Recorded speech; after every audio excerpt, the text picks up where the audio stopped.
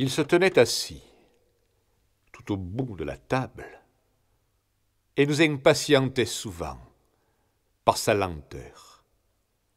On le voyait si vieux, courbé, si pitoyable, que l'amour, peu à peu, cédait à la rancœur. Je le sentais partout. C'était là, dans ma tête. Il me suivait des yeux lorsque je travaillais, proposait de m'aider, maladroit, l'air tout bête. Il gênait nos projets, notre vie. Le papé.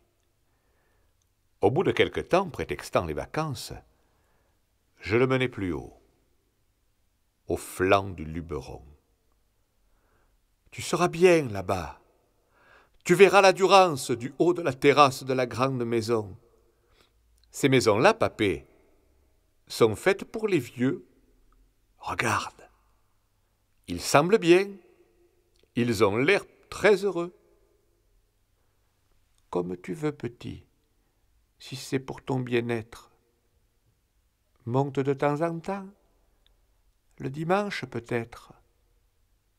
Je l'ai laissé tout seul, vivement, pas très fier. L'air était encore chaud, pourtant je frissonnais.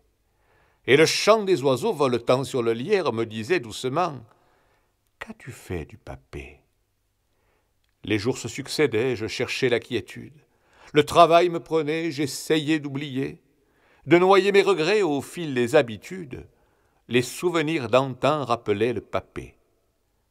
Même dans le Mistral qui rasait la garrigue pour venir s'écraser au butoir de la digue, j'entendais cette voix qui ne cessait jamais de dire à mon oreille « Qu'as-tu fait du papé ?»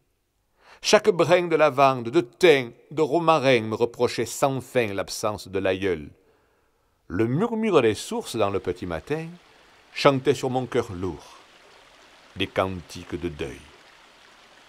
Le remords lentement s'installait dans ma vie. Je revenais m'asseoir où il s'était assis, sur le banc de vieux bois, près du puits, sous le chêne, et je laissais errer mes pensées sur la plaine. Alors, je l'ai revu avant, lorsqu'il marchait jusqu'au seuil de l'école pour venir me chercher. Je sautais dans ses bras, je l'embrassais tout doux, et nichais tendrement ma tête sur son cou. Il me portait un peu, puis, ma main dans sa main, il ajustait son pas pour bien suivre le mien.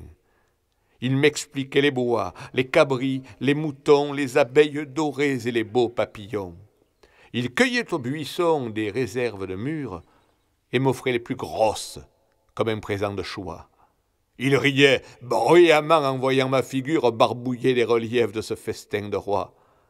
Le soir, près de mon lit, il venait me bercer de chansons provençales, d'histoires de bergers. Je m'endormais heureux de sa chaude présence, pleine de rêverie, d'amour, de confiance.